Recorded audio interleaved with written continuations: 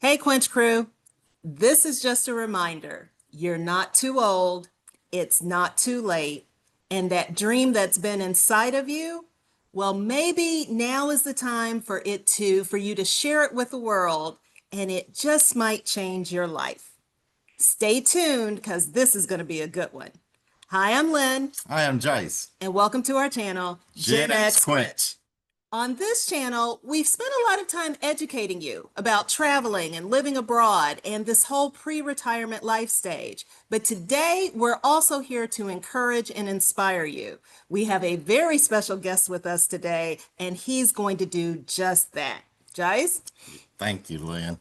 And today we have on our channel a good personal friend of mine, Marco Hurtado. I've known this guy, gosh, since 1983. Woo. Shout out to the graduating class of Spanish River 1987 down in Boca Raton, Florida.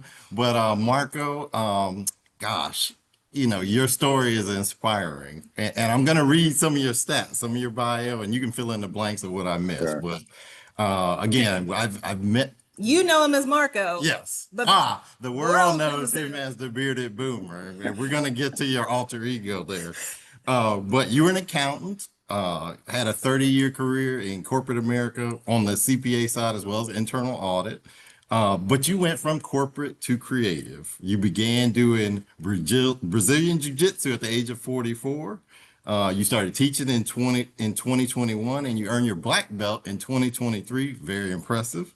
You joined TikTok in 2019 and you grew it to 1.2 million followers through a combination of dancing, cosplay, fashion content. And I remember your cosplay. You did some of that in high school as well as some. So I remember your VHS recordings. You would do different storylines as well. But you got 412,000 followers on IG and another 165,000 on Facebook.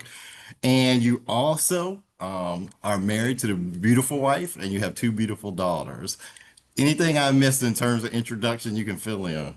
Well, thank you. And I don't think it is as inspiring, but I'll definitely give you my thoughts on everything. But it's so good to talk to you guys. And Jace, always good to talk to you, man, Mhm. and kind of reminisce. You know, Yes. um, so yeah, I always tell people, even though my handle is bearded boomer, I'm not actually a boomer. I'm your age, Jice, and we're not boomers yet. But when I first Yes. got on TikTok, all the kids were calling me boomer because Okay. anyone older than them in their 30s, even, they were saying, "Oh, okay, boomer." This was back in the day when they're, and it got to a point where I just said, "Okay, I'm going to be a boomer." And so I adopted the name, and ever since then, they couldn't kind of try to poke fun. They couldn't make fun of it. That was my name, and it just stuck.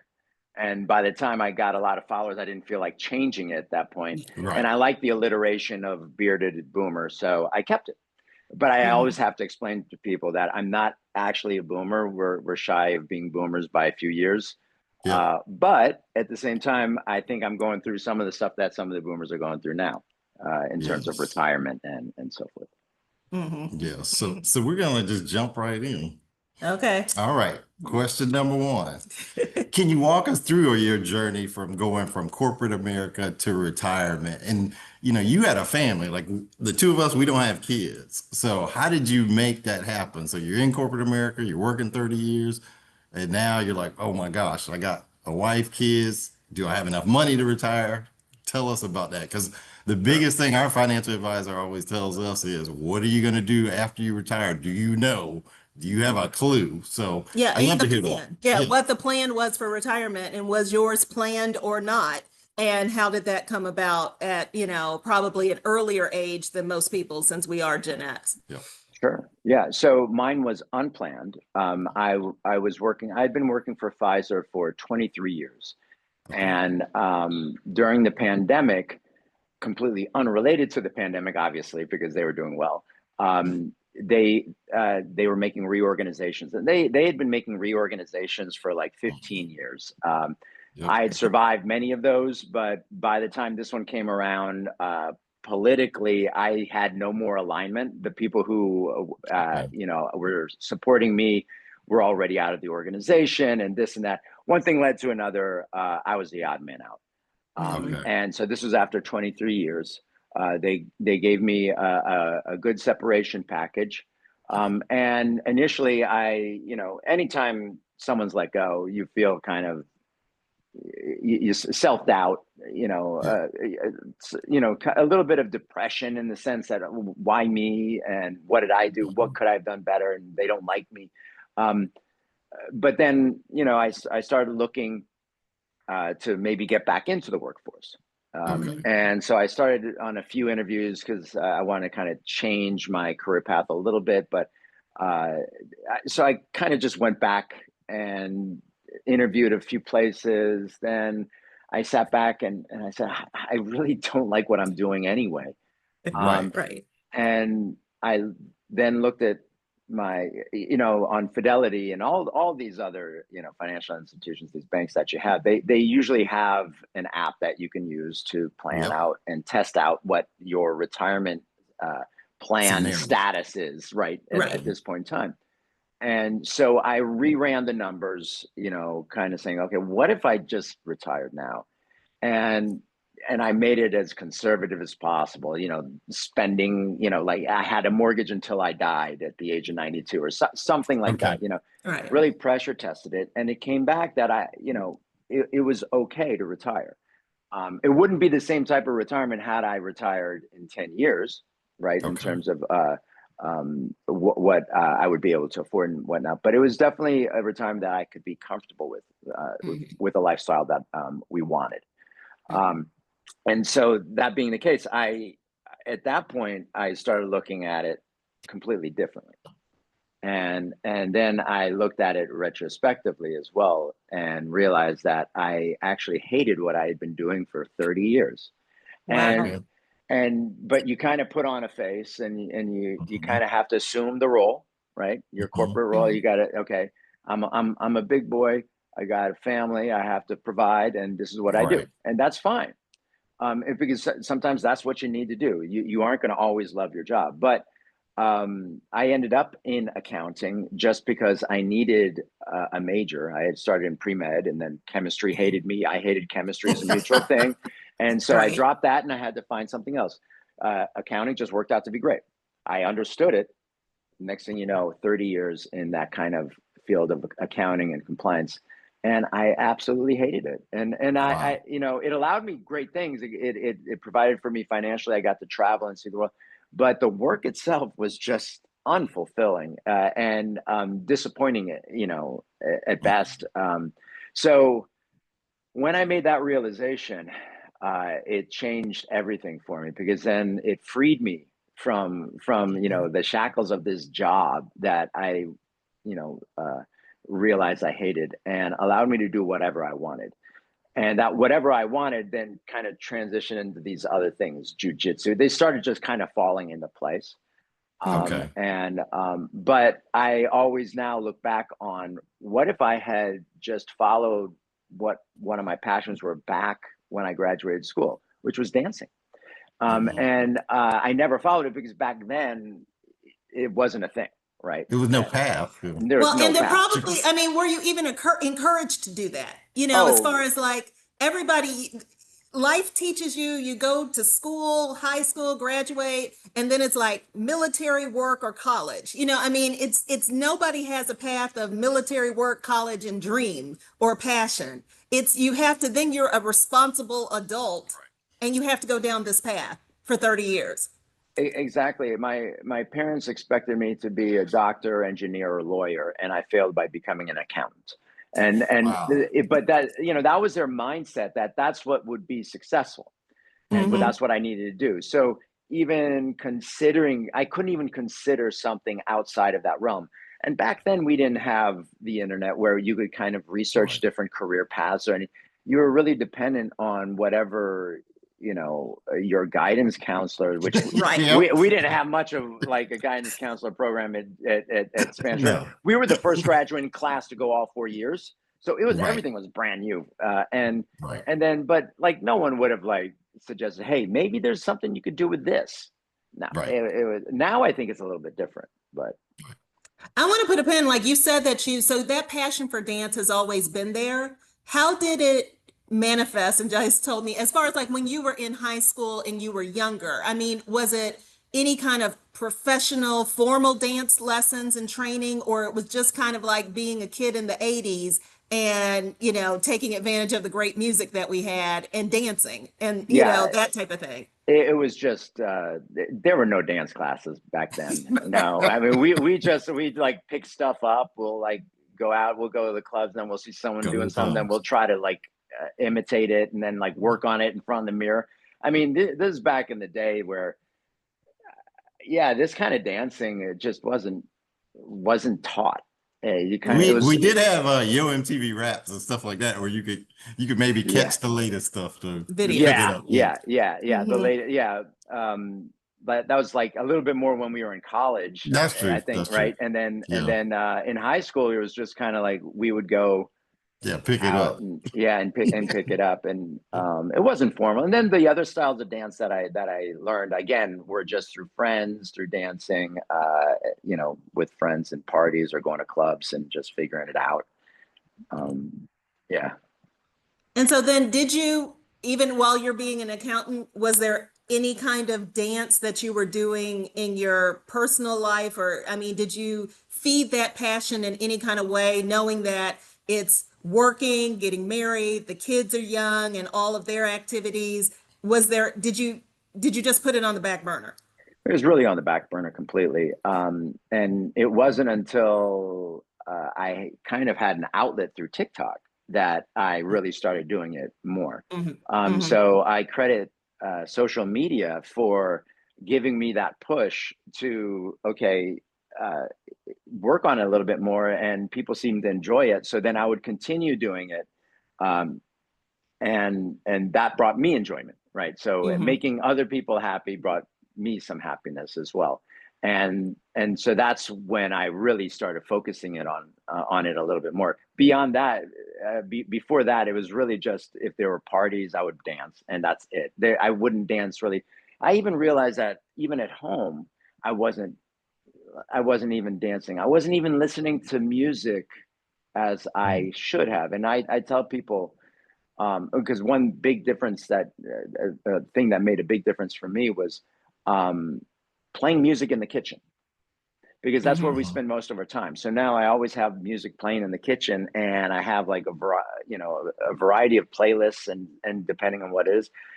And I tell people, you just keep playing in the kitchen. You are going to start dancing eventually, most likely. A song is going to come on, and then you're going to be like, "Oh yeah, that was my jam," and then you are going to start dancing. And if that's where you spend most of your time, that's where you Hmm. should have the music on.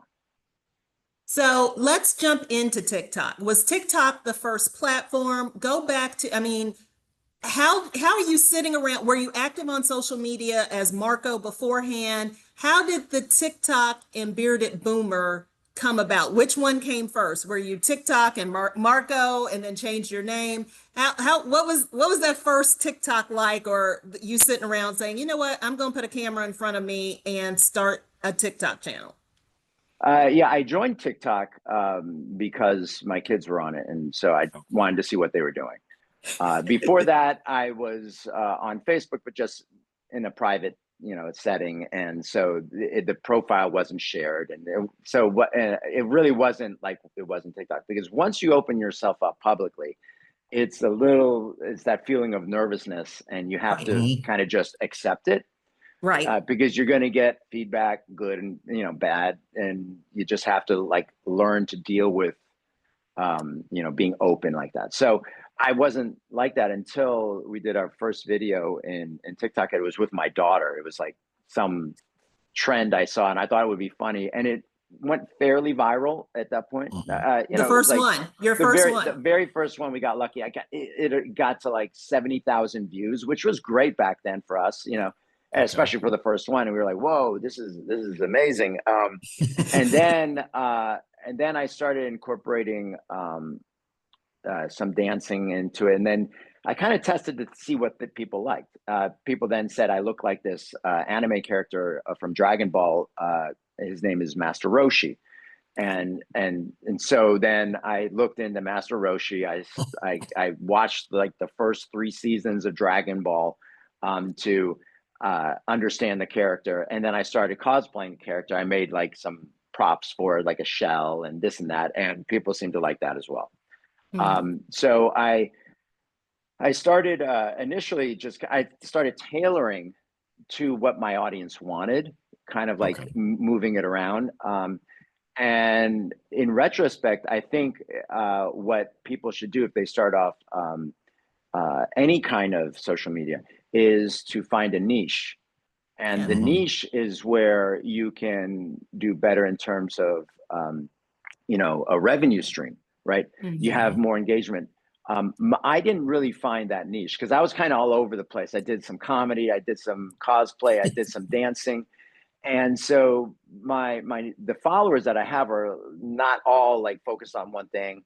And I don't think I get the engagement that much smaller creators get, and there's also the difference between content creators and influencers, a huge difference, right? I'm a content creator. I can't influence people necessarily, right? Their opinion, because people don't know me. I don't really talk on my videos. I don't share. I share some things about myself, but they don't know me as a friend, as a person, as a confidant, right? Whereas you have some people that go on, they talk for 3 minutes straight about what's going on in their lives. They post like 5 times a day, and people feel like they know them, and so they feel like they trust them. And when they say, "Hey, I'm using this new product, I'm using something," or it influences them. I'm not as much of an influencer as opposed to a content creator.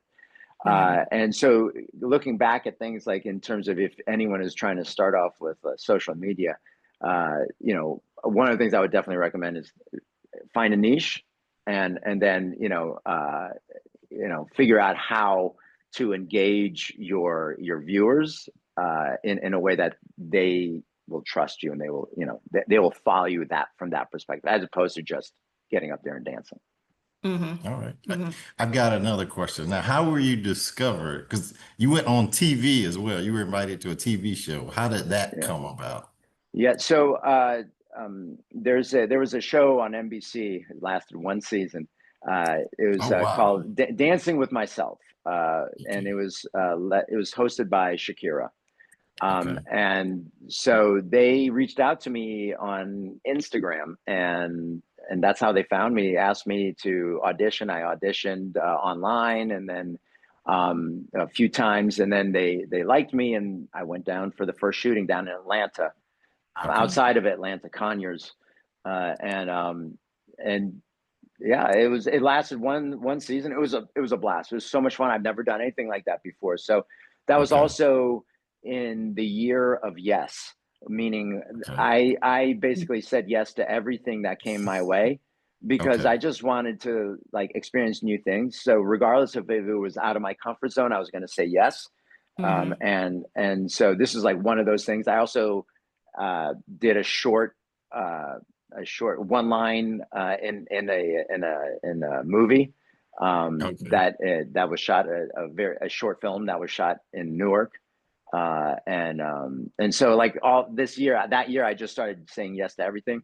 The Shakira show was one of those things, and it was such a great experience. It was so much fun. Now, did your channel or your TikTok, IG explode after that? After the Not at show? all. Not at all. Okay. Not at all. No.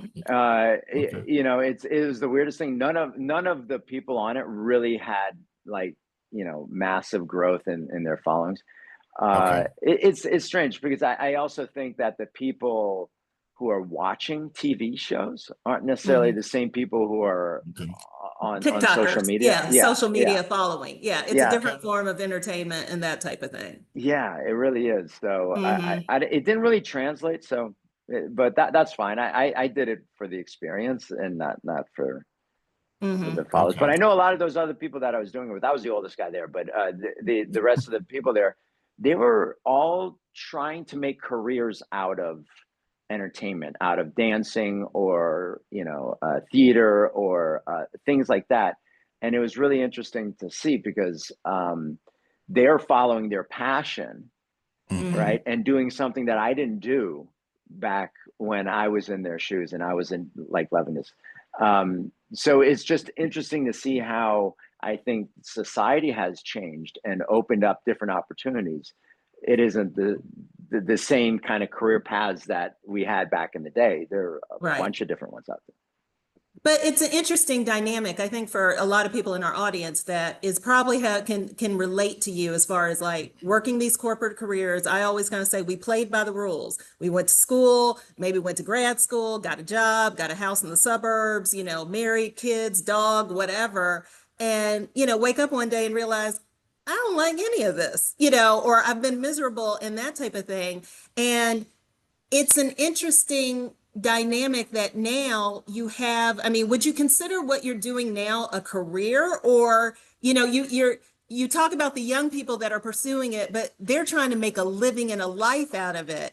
You've made that living, so I would imagine there's a certain level of extra freedom in really pursuing it at this stage of your life.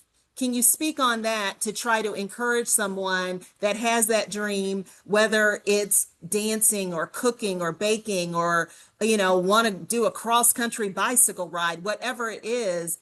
How does that feel at this age to be doing something to, reignite that passion? Sure.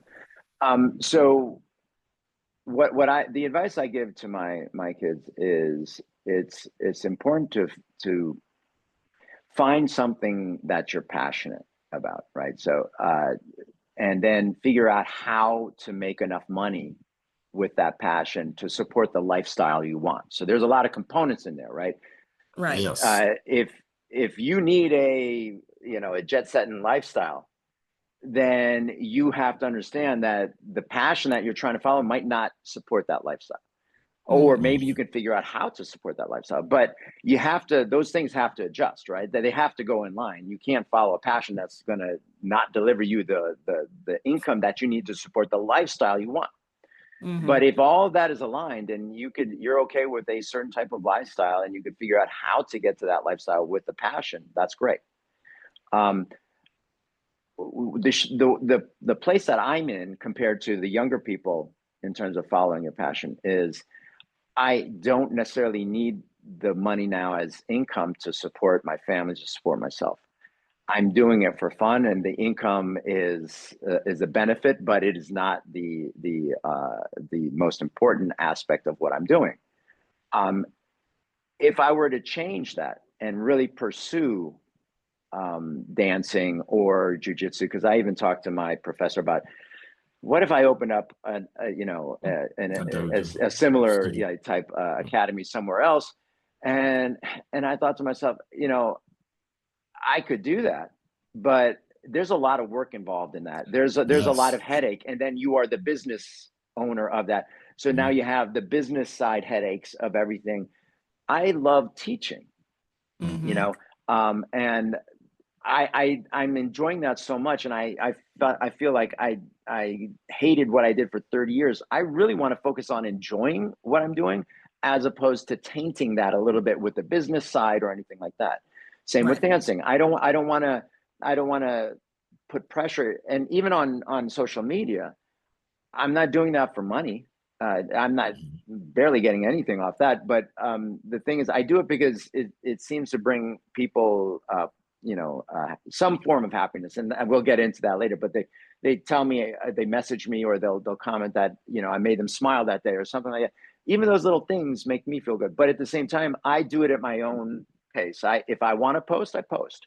If I don't want to, I don't have to. I don't really go on lives at all. I've done Right. like maybe one live in my entire time that I've done this. And I see people who are really trying to make a business out of it, out of social media, and they have to work. And I know they have to work. Mm-hmm. And I see them on every day doing lives. I see them like posting Mhm. multiple videos a day. And I know, just in the few videos that I post a week, I know how exhausting that is, Right. because the final video that you actually post doesn't take into account the creative aspect of how you were coming up with it, all Right. the drafts that you had to do to post, and then editing and finalizing. It's a lot of work. It It's a is. lot of work. And so I knew that if I really tried to pursue it from a monetary kind of angle, it would have diminished the happiness that I'm receiving from it right now. So that's the big difference is if I were younger, I would actively be pursuing those things because I need to, Right. to survive. But right Right. now I don't have to. So I'm kind of like I'm just enjoying it and not having to deal with the BS attached. Right. And that's what we really encourage people is that, I actually coach people, midlife professionals, and I tell them, work on your what's next while working your what's now. And we're at a great stage because if you do still have a full-time job or you're, pre-retirement, retirement, and financially you don't need that passion to support, to pay the mortgage or to, buy the groceries, this is a great time to be spending, X hours a week pursuing that passion. And it sounds like for you, even with what you have, you don't have necessarily a regular posted schedule or, you're not putting that pressure on yourself to show up on social media Monday, Wednesday, and Friday at 10 a.m. If it happens, I guess it does, but it sounds like you're sort of also being, led by however you're feeling and whatever's going on, okay, yeah, I'm a post today. Or like you said, trying to post 2, 3 times a week, as opposed to making it so strict that you potentially could fall out of love with it. Exactly. And I think that's the danger with that, or any kind of thing that you do, that you kind of start feeling you're forced to do it Mhm. as opposed to wanting to do it. And I think that's a good perspective that you have in terms of really, planning for the future by, by working on something now. Because one of the things that I've always heard, like you've been saying, is, the amount of time that you have when you retire on a daily basis, it is huge. Because if you think about it, a work day, maybe 8 hours, but then you got commute and then you work outside of that. So you have maybe 5 hours of free time a day, aside from Mhm. sleep and work. Mhm. Let's just assume something like that if you're lucky. And now instead you're going to have, like 15 hours Vast. and Yeah, and yeah, and 15, or more. 16, just Yeah, sleep time, sleep yeah. and up, And awake. so, Right. yeah, and trust me, you're not going to be at the beach every day. You're not going to Right. be like at the bar every day, hopefully not. And then Golfing you're every not going to day. be golfing every. No. That might be great for a vacation, and that sounds great Mhm. for a 1-2 week vacation, not to do anything. Mhm. Over time is so boring. So that's initially when I first retired. That was kind of like that's where I was at, and all my friends were working. So I was like, Right. this is getting boring very quickly. Right. And so now I have it structured where I teach jujitsu 6 to 8 times a week. I teach dance, and then I also do some online stuff. So it's enough to keep me pretty busy, enough that I'm Mhm. not going to get bored and then fall into bad habits, which is what Right. can It's happen. structure, but it's not work. Yes, it's structure, but not work. I mean, I guess Mhm. from my perspective, is not the 4-letter word work. Yeah. Right, Right. Right. right. But you touched on something, Marco. How did the love for jujitsu Yeah. happen? Because I know like in high school you played soccer, and I know as an adult you were in some soccer league at some point because I Hmm. remember seeing your social media post about your ankle. So how did that transition go from, I guess, a soccer league to jujitsu and teaching, Sure. and how did that occur? Well, I started off later in life because my kids were doing karate, so I started doing Okay. karate as well. And I did that for a few years and was teaching also. But I realized that the thing that I really enjoyed was the sparring aspect of karate. Mhm. Okay. But you can't do it that often because there's any kind of martial art that involves striking. It's more taxing on the body, right? Mhm. And there's a little bit more danger to it. So you could only spar occasionally. You can't spar all the time. And I had been told by some friends to check out jujitsu, so I finally did in 2013, and that's when I uh, fell in love with it because one aspect is the safe. The, it's safer in terms of sparring. Is Mhm. it's called the gentle art, and even though it can become violent if it needs to, but when you're sparring with others, there's a certain kind of understanding and a safety mechanism in place that allows you to spar on a daily basis. After every Okay. class, we spar, um, in a relatively safe manner. and that got me hooked. So then I was Okay. just training there, and then I lost my job, and then I decided to retire, and that was during the pandemic. Finally, when the pandemic started lifting, we started introducing classes again, and I had nothing else to do, and I was the highest belt, so I just started leading the classes informally. Over time, after a few months, my professor said, okay, let's make this more into formal classes, and you're going to be an instructor. I'm like, cool. So that's how I started getting into becoming an instructor. And then over time, I started helping him with the sales aspect, with the admin, with the management, taking on more classes. And so it became more of my, I guess, my career in a sense, than anything else. So that's how I got into jujitsu. And what I really like about jujitsu is also that in our school is that we have a lot of people in their 40s and even 50s who are starting off in jujitsu. And this is the time when I started, as well. And it's an important time of, especially I think, men's lives, because I think it's kind of that midlife crisis period. Yeah. And, Yeah. it's a great way for them to stay in shape. There's a lot of camaraderie, because you're always working with people. When you try to choke someone out and someone's trying to choke you out, you actually become very close to them. I know it's a bit, it's like Fight Club, but it really is like that in a way that you become close to a lot of these people. So there's great camaraderie. It's for their physical fitness is excellent. And so, seeing like the older people start joining and then continuing, that just makes me feel great. And it ties into my overall mission, which is, helping people become happier and healthier, right? So that applies to my social media, my dancing, and jujitsu. Okay. All right. Now, do you earn income from that, like Yeah. teachers? Okay, Yeah. so that's Yeah. very So good. I'm paid for teaching. I'm paid for, helping with the sales, the admin, our merch. Okay. Okay. I do private lessons as well. So all that aspect of jujitsu, I'm paid. On my dance side, I teach seniors in town. So Okay. I'm paid for that as well. I have an Very online nice. course as well, and I get payments from that. So I do get some revenue. It's not a lot. Yeah, it's I mean, not, we're I talking. get it. Yeah. It's not something that I would say, okay, I could have quit like ages ago and No, done this. No, right. no, But it's something coming Yeah. in, something positive As my coming grandmother would say, it's some spending change. no. Yeah. That's all it is. That's all it is. Yeah. in. Very nice. Very That's nice. good. So, we're fans and follow you on all of your socials as far as Bearded Boomer. What, you can't, I mean, having 1 million+ TikTok followers and, probably what, over 500,000 or close to on all the other socials. Have you been recognized in public? What was the first time that somebody, I mean, I'm sure probably in your city, in your town, but what was that like the first time somebody was like, a total stranger was like, hey, I know you?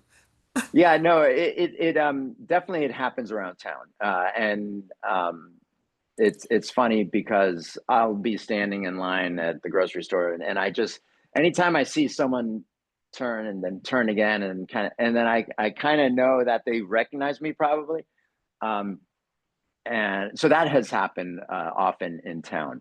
The Mm. time that it happened outside of town, we were in Puerto Vallarta in Mexico, Yep. and we were just walking on the street, and this guy, this older American guy, he goes, "Bearded Boomer," and I just started talking to him, and it was like, it was hilarious. But my wife kind of rolls her eyes when this happens. It's like, okay, um, it's like one of those things that it's funny and it's cute, but yeah, I don't know. I don't really consider it like, I don't consider myself so recognizable. Right. Okay. But and because I don't feel like I've changed myself Hmm. as a person from that. I do feel like I am friendlier than I used to be. Okay. And I think it's because I have taken that burden of corporate off of my shoulders, Oh, and yeah. it's given me a different perspective. And I want to try to bring happiness to people. So, in a way, I think I've become friendlier over the Yeah, years. So it's probably more open just because of the vulnerability of being on social media. I mean, we've had this channel for close to a year, and it's a mental thing to kind of like open the door and put yourself on a camera and all the things that you see as far as like, well, I don't like the way I look, or I don't like the way I sound, or I don't like the way, but I'm going to post it anyway because I'm committed to Right. doing this.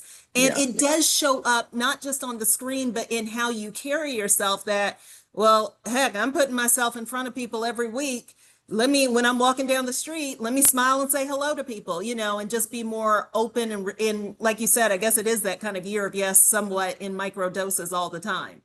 yeah. I think it makes you more vulnerable by opening Yes. and Hmm. putting yourself out there. And I think that that vulnerability kind of carries into that's who I am. I mean, it's out there, the Right. cat's out of the bag, and you Right. Right. kind This is of me. yeah, this is me. I Right. have flaws just like everyone else, but I do think that people appreciate the fact that, um, especially once you start doing it, right? Yeah. Right, then you realize, oh wow, this is a little uncomfortable, and like, how does that person just do that? Mhm. Um, but yeah, I hear what you're saying. I think I'll probably continue to be recognized. Just I think just the beard, and Right. it's kind of like out there all the time, but we'll see. My wife just rolls her eyes every time Well, that and happens. that's a good question. We didn't just Quinch Crew. We got some questions that we had sent Marco. We Right. kind of got, but we're We just do. flowing. And I think a lot of people are hesitant to put themselves out there. One, you've got to get past your own personal hesitancy, but it's what other people will think. So when you said like your wife rolls her eyes now and you have daughters, what was the reception, or did it even bother you or think about like, people that you worked with that knew you as corporate accountant Marco, and people that knew you one way, and now, like, oh, I got a TikTok channel and I'm dancing to, whatever song of the day. What is that like from the standpoint of you and your feelings? Did you really have any kind of thing about what are people going to think? And then did you have anybody come up to you and say, wow, I couldn't believe, or, they may say it after the fact, you started this thing. I didn't think anything was going to come of it. And now look at you. Yeah. So while I was still working in corporate America, I kept my TikTok persona very, very low key. I didn't have my name up there, so people, you couldn't search for me, you couldn't find me, even though I had a large following. It was still under the radar, Hmm. Mm. and because I didn't want anything on social media to impact my work. Not that I was doing anything controversial, Right. but Right. it's just the fact that Yep. the You got to think perception. about it. Yeah. Yeah, Right. because you have a corporate brand, and Right. Right. in my corporate brand, that would affect my corporate, right. It wasn't aligned necessarily with my corporate brand, which was one of the problems. I didn't feel comfortable in the corporate world. Right. um, Right. so afterwards, and after all this came out, my friends in jujitsu, and even my old work colleagues, all very supportive. They love it. It's amazing. They like my videos, and it Okay. isn't just because they like me and they want to support me. They really seem to enjoy my videos. They Enjoy. tell me, we watch it all the time. I watch it with my kids, or like this and that. I'm like, I had no idea that something like that could impact these people that I've known for so long, Right. right? And so I don't know. I guess I was lucky. I didn't know what to expect, but I didn't really care either, because I was going to do it either way. I was going to do Right. it Right. either way. Right. I think that's the thing when you turn 50. I know Lynn and I talk about this, and we talk about it with our Quench crew as well. Life changes, your perspective on life changes. You want to be happy, you want to take more risks, you want to say what you're really thinking versus I gotta have this corporate hat on. So I think that a little more risk comes into play. Hey, I'm taking chances on it. You only got one life to live, so you may as well be happy. We've been through things. Yeah. Hasn't killed us. So really, what is the downside of putting a camera in front of me and putting myself out there? Yes, it's for the world to see and all of that type of thing. But we're also in such a society that just only has like a nanosecond attention span. You're really just the scroll and that type of thing. And that's what sometimes me and Jice say, because you put yourself out there and you're like, what is everybody going to think? And then the next thing is like, I don't care what everybody thinks. We're going to find our people are going to find us. And to your point, I think there is, because everyone inside of them, I think, has a dream. And so you only have two approaches. Is like you can hate on people that are pursuing their dream, or you can look at it and support them and see it as encouragement and inspiration that if they can do it, then maybe I can do it too. And that's Yeah. really what we are about in this chapter and on this channel, is that I know that you've got something that you want to do inside of you out there. And by showing people and by us getting out here and doing it, it's like, well, if Marco, Bearded Boomer, Lynn and Jice, Gen X Quench, if they can do it, then maybe today I'm going to take a step toward doing it too.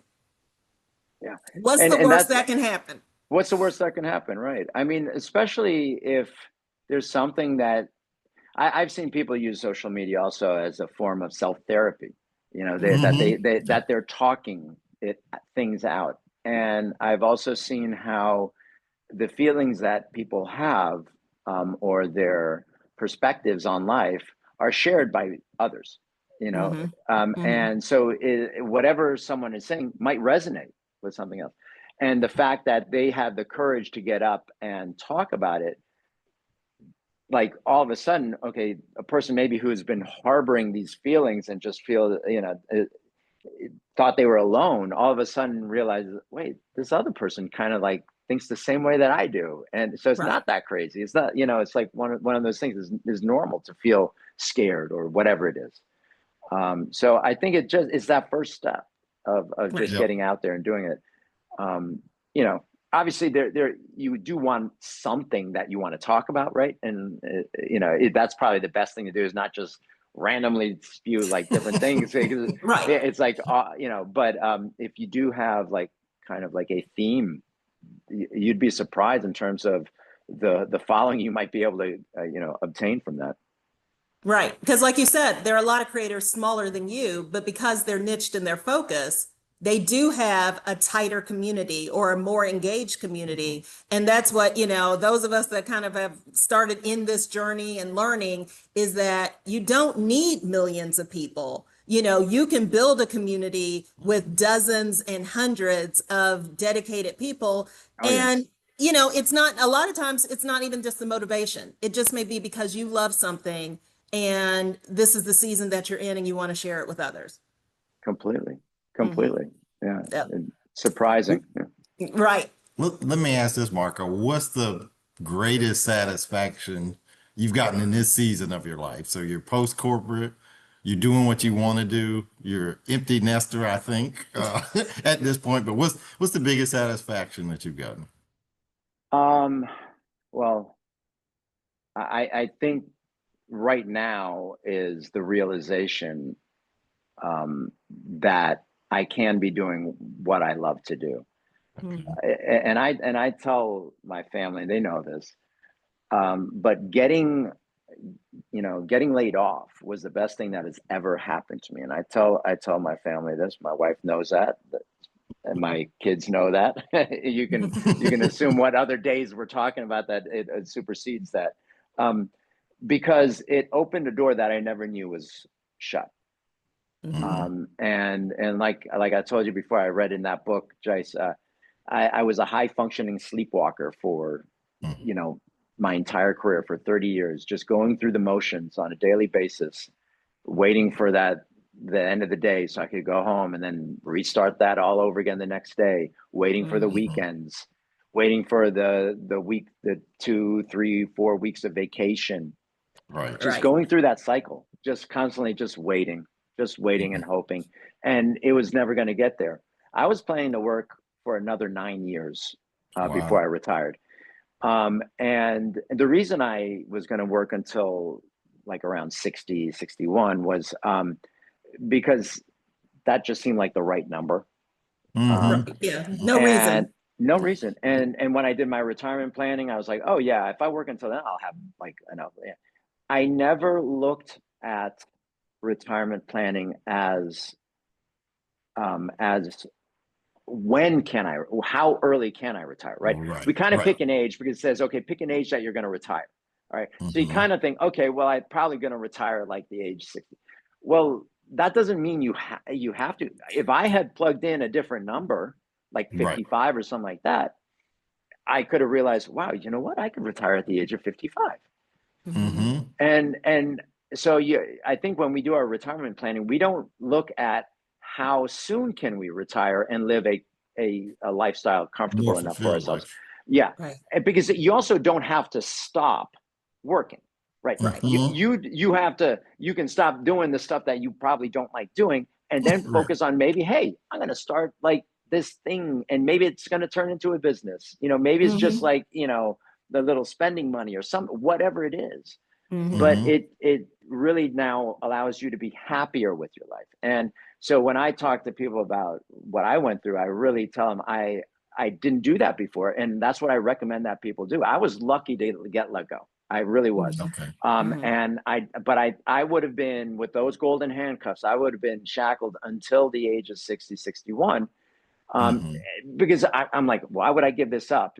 They're paying me well, but I wasn't enjoying. So really look and focus on and evaluate, when can you retire? If you're not happy with what you're doing, when can you retire? And then like work off of that, because that'll Mhm. And change what can your you live entire off perspective. of? Yeah, Yeah. Yes. What do you want your expenses to be? Can you lower them? right. Because that's the math. That makes the math. Hopefully. Well, also I Mhm. think I've been saving like at least 15% of my Wow. salary, even since I was a kid. Like, just that's what it Okay. was like, really nailed into my head. Like, this is what you have to do: 15%, 15. And then I kept doing that, and I also didn't live beyond my means. And that's what I think a lot Mhm. of people end up doing is when we bought our house here. This was back in 2004. Okay. Since then, I'd had a lot of like promotions and stuff. We Mhm. never increased our footprint. We kept the Mhm. Right. same house. We know other people who've like gotten promoted, then they move on to bigger houses, buy Mhm. better cars, go on bigger trips, and we kept the same economic footprint. And Mhm. Mhm. that made a huge difference when I finally got let go. And then, Right. because it allowed me to, okay, now I had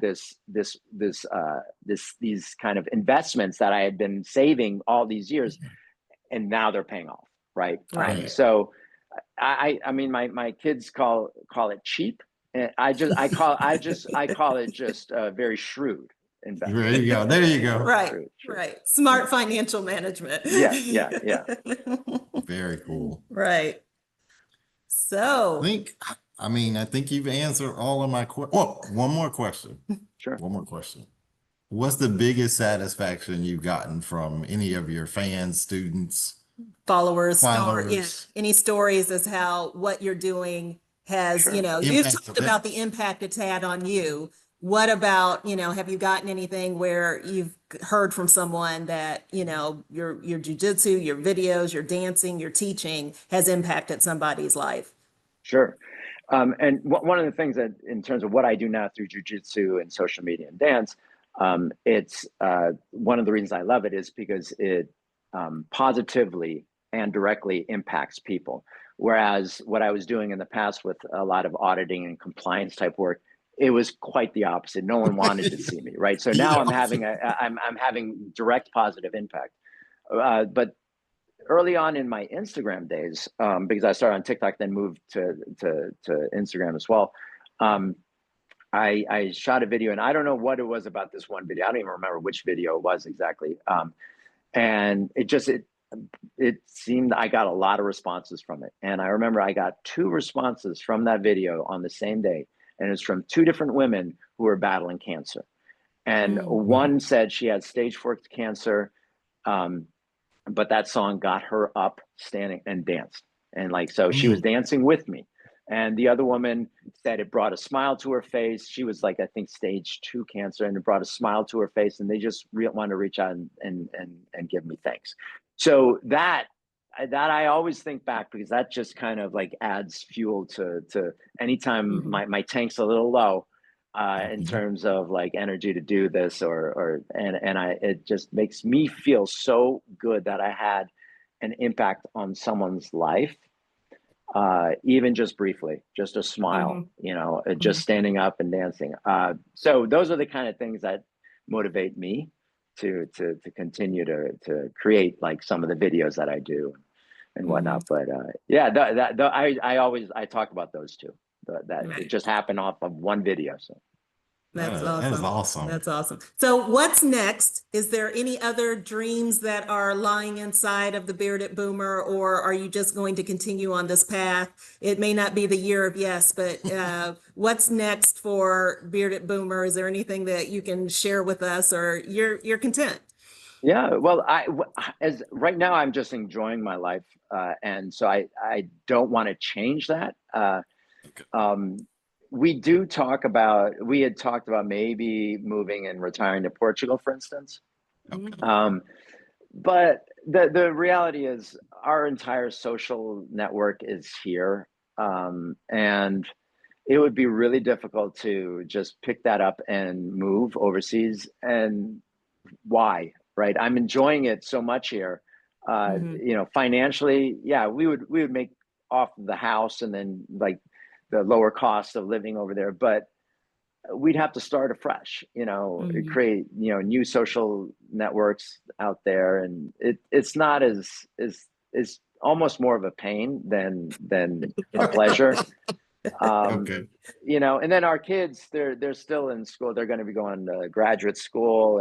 And so we're going to be in this area for a while, but we do look at Mexico also now, because we've been visiting there. Like we went 3 times in 18 months, in 2023 and 2024. We went 3 times in 18 months, and we love it. We went to different parts of Mexico. So we're going to be going probably there again next year, to Bacalar, which is that like lake south of Lake Tulum. Chapala area? Or no? It's south of Tulum. I don't know the name of the Tulum. lake. Okay. Yeah, On it's that south. side. It's Gotcha. south of Tulum, like southwest of Tulum. Okay.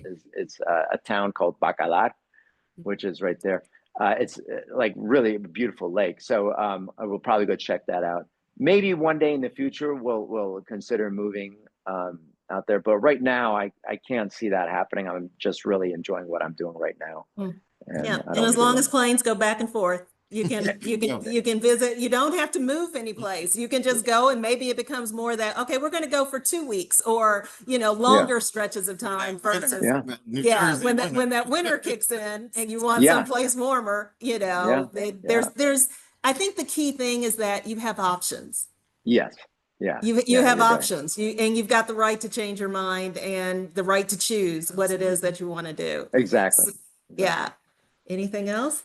I think that's it. You want No. to shout out your social media sites, and Where we'll pin them in the video too. Everything out there is bearded __ boomer. So 2 underscore. This because Okay. it's a long story, but there's 2 underscores between Okay. bearded and boomer.